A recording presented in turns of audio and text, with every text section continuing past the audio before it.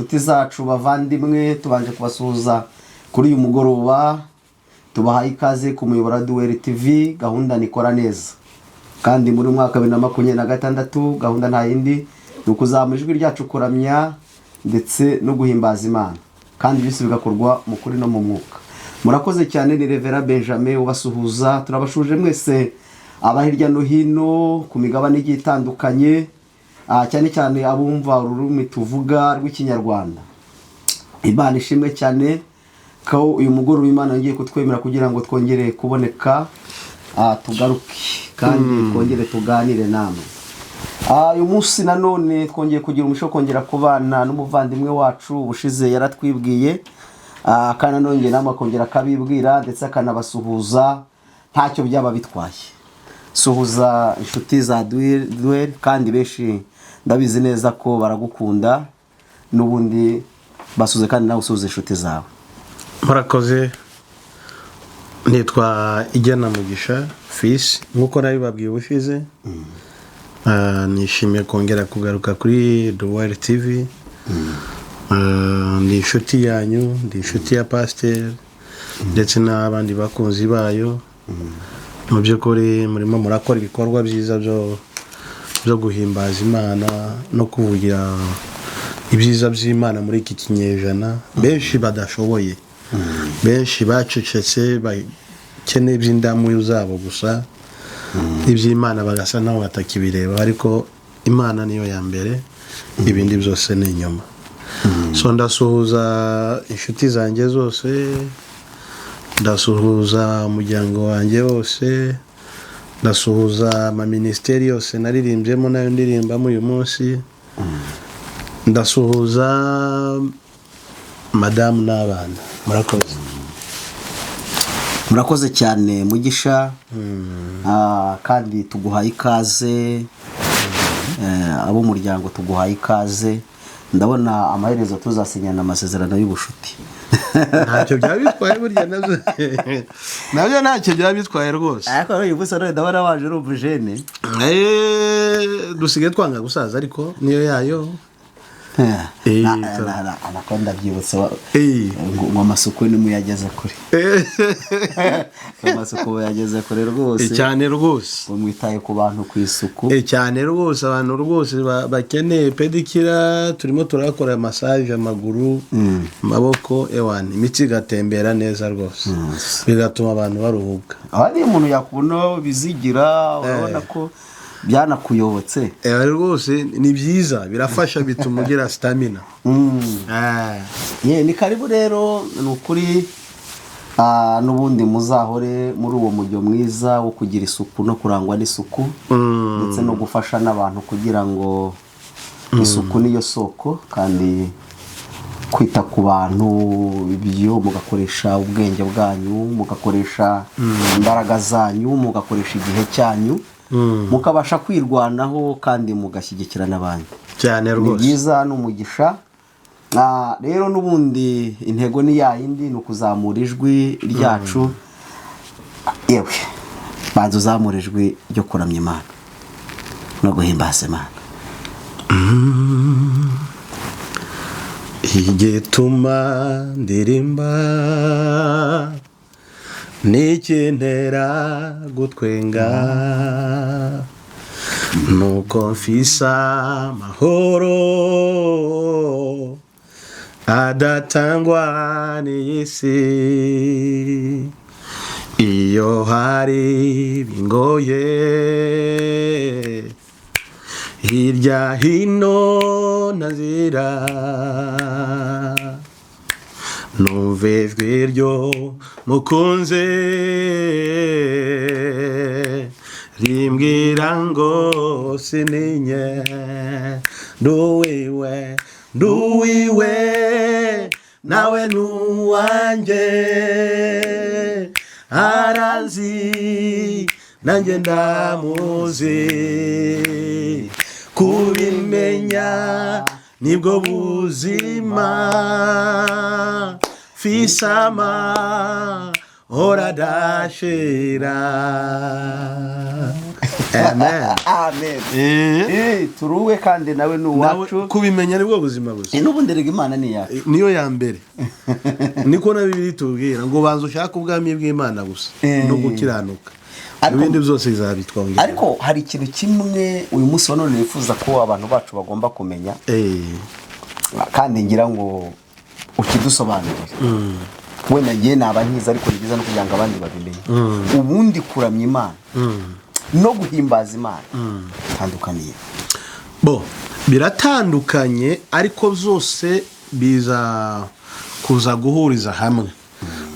Nababwiye ko ubushize kuramya Imana ubwabyo no kuramya bisobanuye ubusabane. Hari abazi ko kuramya Imana ari ukujara tukora indirimbo ziri slow zitonda. Kuramya Imana ni ugushaka ubusabane bwawe n'Imana kuko umuntu ahora acumura buri munsi ahora agira amafuti menshi atandukanye ariko iyo turimo turaramya tuba turimo turabwira Imana ngo na bya bindi twavuze nibyo abandi batabareba tubabarire.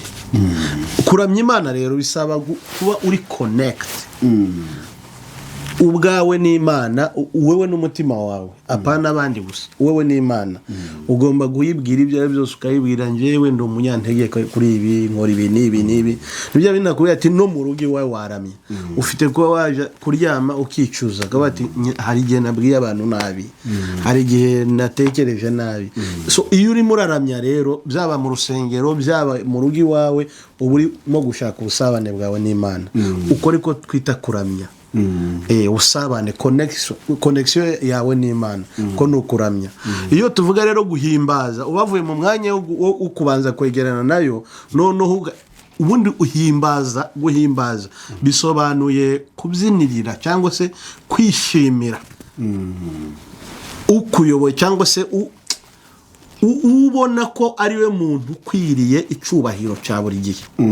Icya mbere nabanje kwiyungana kuko ntiwamuhimbaza ugifite amakosa ukimufitiye utaramubwira ngo noneho nanjega nakoze amakosa mbabarira akubabarire noneho utangire umwereke ko kubera ko yakubabariye kandi nta kiguzi wabitanzeho niyandi ubwatereka ndamye umwami wanje nako reka mpimbaza umwami wanje noneho ntangire nanje nshayaye mbyine niterere ngire gute kubera ko yambabare for nothing. Uyu niwe mugenga w'ibihe niwe mugenga w'ubuzima bwanje. So rero icyo gihe umuhimbaza iyo uririmba witerera usirimba ugira gute ugaba ngo uri guhimbaza nta kindi urimo urakora wavuye already kuri connection yawe na wa muntu winje mu gihe noneho cyo kumuhimbaza cyo kumwereka ko akwiriye byose ni umwami wawe kandi umwami nta kindi abakwiriye. Iyo udafite ikizinga imbere y'umwami agomba kwishimira ibyo uri kumukorera. Iyo ubyinnye uko atamba kose arabire bakaba bati wow ndishimye. Ibyo ni byo abantu bagomba kumenya. Iyo turaduhimbaza tuba twavuye mu mwanya wo kubanza kumwegera. Kuba rero iyo ukiri kure ye biragoye kugira ngo umuhimbaze. Murakoze cyane. Ubundi iyo tugeze mu byo kuramya ni igihe cyo kubanza gushaka ubusabane bwawe n'Imana cyane. Ariko byagera mu gihe cyo guhimbaza ni cya gihe noneho ibiri mu mutima bisohoka hanze cyane amajwi agasohoka hanze noneho abantu bakabyinira Imana ibyuma bikavuga abantu bakagaragaza ubutsinzi bw'iby'Imana yakoze bw'ubushobozi bw'Imana yabo. Yego cyane iyo usomye Zaburi 150 umurongo wa mbere uhita ubona uburyo n'abantu bazahimbaza Imana cyane. None se ubona kuri iki gihe nimwe nigeze nabona abantu bagiye mu gitaramo kimwe ahantu kandi abantu bari baramyona banahimbaza Imana abagiye mu gitaramo bose bataha aho kugira ngo bagende bahimbaza Imana baramya Imana ko babanye n'Imana muri cya gitaramo ahubwo batashye aribwo bagiye mu byaha bimwe birenze ukwemera. Icyo gihe ibyo bintu biba byagenze gute? Icyo gihe uko nabigereranya hariho abantu mu buzima busanzwe ushobora no kubwira ikintu akacyumvira kigasohokera ku buryo nyuma y'amasegonda 5 akubaza ngo wavugaga ngiki. Bimeze nka bya bindi niba ari Paulo avuze ngo ntimusenge nk'abasengera mu masinagogi nuvuga ngo hariho abantu basenga bagatinda mu isengesho cyane ariko batizeye n'iryo sengesho. So rero Bibiliya si cyo dutegeka, idutegeka gusenga bike tudasubiramo ariko twizeye tubasha gukora. Nuvuga ngo rero bene abo nabo ntago twababura. Ibyo bindi tuvuga mu rusengero ntago twera twese. Hari uwo uheruka kutubwira ati ni rero nimuzaza muramya ntimukaza muhumiriza gusa. Umutima wanyu uzuhumiriza ariko amaso yanyu arebe ati kuko ushobora gutereka agatelefone kawe hasi umuntu akakiba ati buriya tubana n'amasega menshi mu niyo mpamvu na Yesu yavuze ngo murekuru amasaka akurane n'urukungu. Yari abizi ko hariho bamwe baza n'ubundi badashaka kuyegera ahubwo bashaka no gusubiza abandi inyuma. Niyo mpamvu rero ibyo bintu usanga abantu benshi bava mu nsengero ibyo bahora bakoraga mu kanya bagatabigendera kamere ya muntu ibiki cyuzuye muri bo. Murakoze cyane. Yeweho uburyo nge nawe nyenda katubwire n'inshuti zacu zize kwandika comment hasi. Yeweho wenda ni nabyiza kugira ngo umwaka 2023 tuzashyire umucyo ku kintu kijyanye no kuramya ndetse no guhimbaza Imana. Abantu bacu babaramyi abantu bacu mbere yuko bahimbaza Imana biri abakora byo kwiterera hejuru tubigishe babanze baramye Imana bacishe bugufi mu mitima banje bacire bugufi Imana bihane cyane kubera ko iyo bari abantu badukurikiranye hari turari imbere kuri stage turi kuva ko turi kuhimbaza Imana turi kuramya Imana ariko bakaba tuzi mwibibi byinshi mwamakosa menshi kandi bazi ko atigeze ava muri twe aho kugira ngo bakunde Imana ahubwo tuzagwiza abanga Imana. Mureke tuzamure ijwi ryo kuramya Imana no guhimbaza iki Imana tubivuge neza dukora ibiganiro byinshi dusenyere Satani. Amen. Zaba byiza cyane dusenyere Satani cyane dusenyere Satani kandi nitubikora Imana izatugirira neza. Noneho ikindi wenda nabona navuga nawe ibyo hari n'ugeze azarambira ngo reka ngo barangwa bari kwishakira amafaranga ngo ujye mbana nta kibazo ifitanye n'abantu n'amafaranga buryo aho nta nawe bihuriye.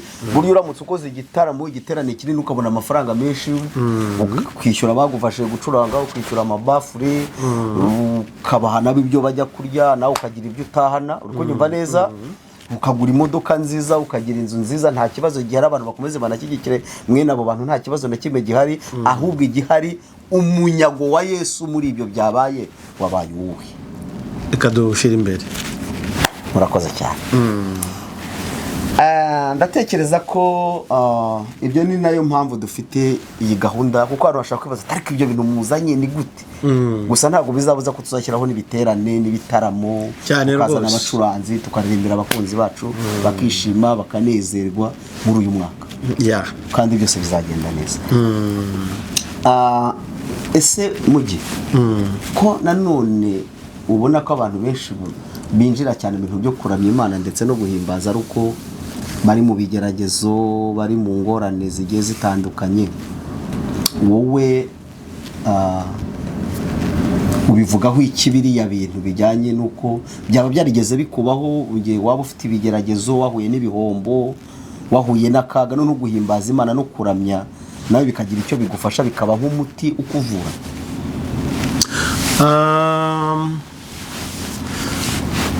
Oyaye tibirambaho cyane gusa ariko hari ibihe bitubaho ugasanga cyane nko muri ibi bihugu tubamo by'amahanga hari ibihe bitubaho ugasanga ubuze umwanya w'amateraniro bitaguturutseho bitewe n'iminaniro ugasanga ugira shift itakwemerera kuboneka mu musengero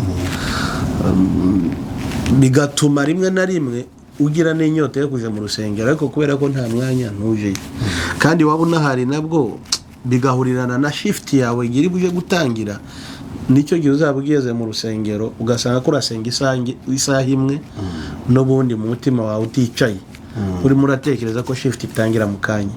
So rero mu by'ukuri ibyo bintu kenshi bijya bikunda kubaho ku bantu benshi gusa ndabizi ko hari n'abandi babaho mu buzima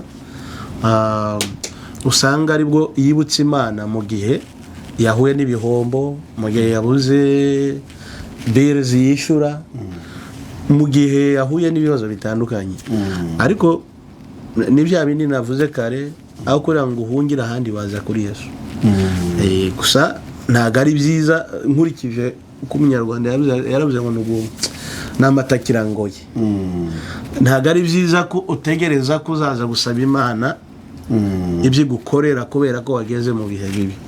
No mu byiza ugomba guhora uyisaba kuko ntawe uragera ku byiza ngo avuge ngo arahagijwe. urakoze cyane ndatekereza ko abantu byo tuganire ndumva byaba bihagije kandi bifite icyo bimaze mu bantu. Ndatekereza ko ahubwo igisigaye nuko nyine izi shift nazo ntabwo zoroshye.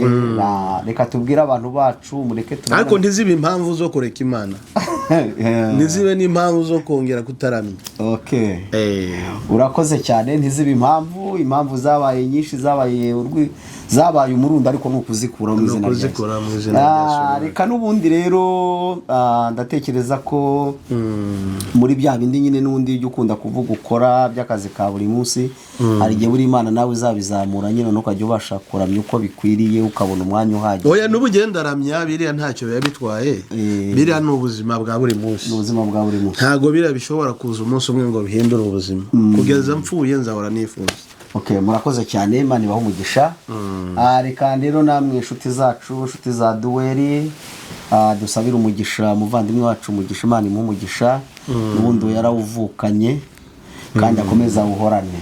Reka rero namwe tubifurize mugire umugoroba mwiza w'umugisha kandi umugoroba mwiza wo gukomeza kumenya kuramya Imana ndetse no guhimbaza Imana. Nidukomeza kuramya Imana neza tugahimbaza Imana neza, yego Imana twamenye ko izageza mu byacu cyane rwose. Kandi mu gitondo cyiza cy'umugisha Imana iduha irongera iguha ikindi ukosora ibitaragenze neza. Murakoze cyane.